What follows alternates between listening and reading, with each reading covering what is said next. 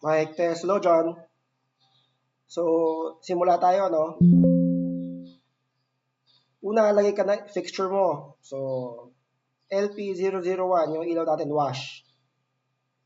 So, front of house. So, lagay ka lang ng ilaw.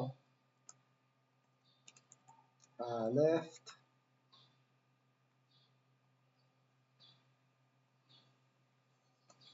Right. Tapos fog. So, ito, no? Front of house, left, right, fog machine. Punta ka ng function. Tapos, new scene.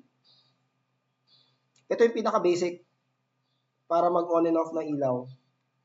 So, highlight yung lahat ng wash. Tapos, iset mo na yung ilaw.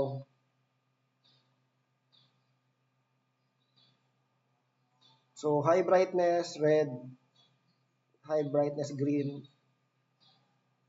high brightness blue. Pag tinignan mo dito, sa 2D view,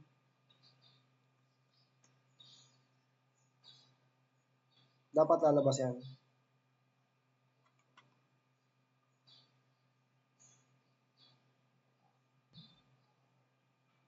Actually, dito lumabas na yun. Pero, hindi ko lang bakit dito yun. Yan. So, makapansin mo rito, ma-adjust na yung red, blue, green, tsaka red. No? So, pagpunta mo dito sa scene 1, di ba? Re-rename natin siya. Sabihin natin red, green, blue, scene. So, importante na dapat na meron kang function, meron kang scene. No? Tapos, pagpunta mo na sa virtual console, doon mo na pwede i-call yung scene.